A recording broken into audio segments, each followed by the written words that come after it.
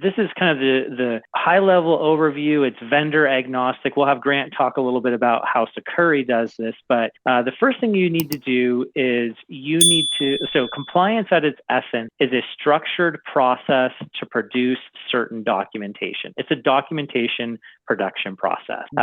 Security comes out of it, but compliance is all about documentation. So the first thing you would need is a tool that helps you through that compliance process. I mean, that tool could be a spreadsheet you download from the National Institute of Standards for those three compliance frameworks we talked about earlier. I would suggest a more sophisticated tool that's actually built around compliance.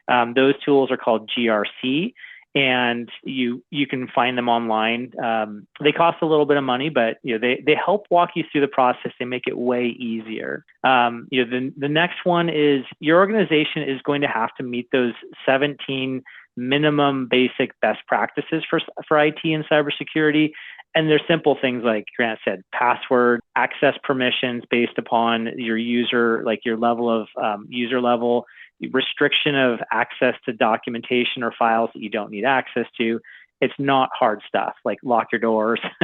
And then you do need to perform that process of creating your audit documentation on a periodic basis. So that's going to be scans. It's going to be actually reviewing systems, and then you're going to document that. But the compliance tool has wizards and forms and can work you through a lot of it. That's why it's good not to start. Like if you want to make things hard, you download the spreadsheet and you start from scratch.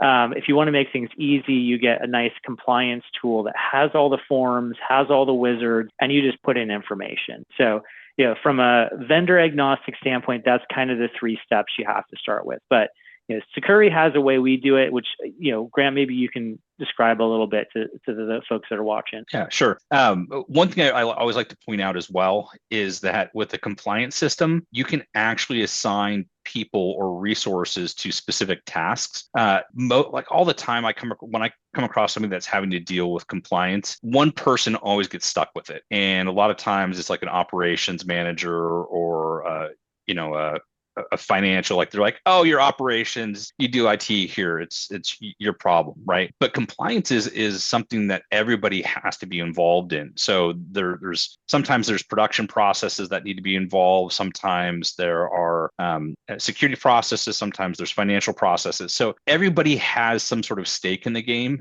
And the having a tool that you can actually assign people to certain jobs will take the load off of you as well as the person that's kind of running the show. So that's a huge feature versus like, oh, here's an Excel spreadsheet and there's no accountability whatsoever. You're like, great, I'm the owner of the spreadsheet versus having somebody that's responsible for filling out some information. So big plus in those GRC tools.